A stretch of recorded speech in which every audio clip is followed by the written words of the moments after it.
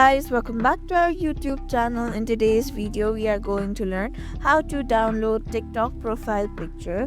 Let's begin with the tutorial. Firstly, open your TikTok app, then after tap on your profile. There you can see the option of Lily Gautam and a profile picture. Tap on it. There you can see allow limited access or allow. If you hold your picture for a while, then it will come. Then over here you can see many social media options, but tap on more. There you can see the option of download. Then go to my drive. Then after, if you click on my drive, your photos will be uploaded. Then after, so like this, your TikTok profile picture will be saved in my drive.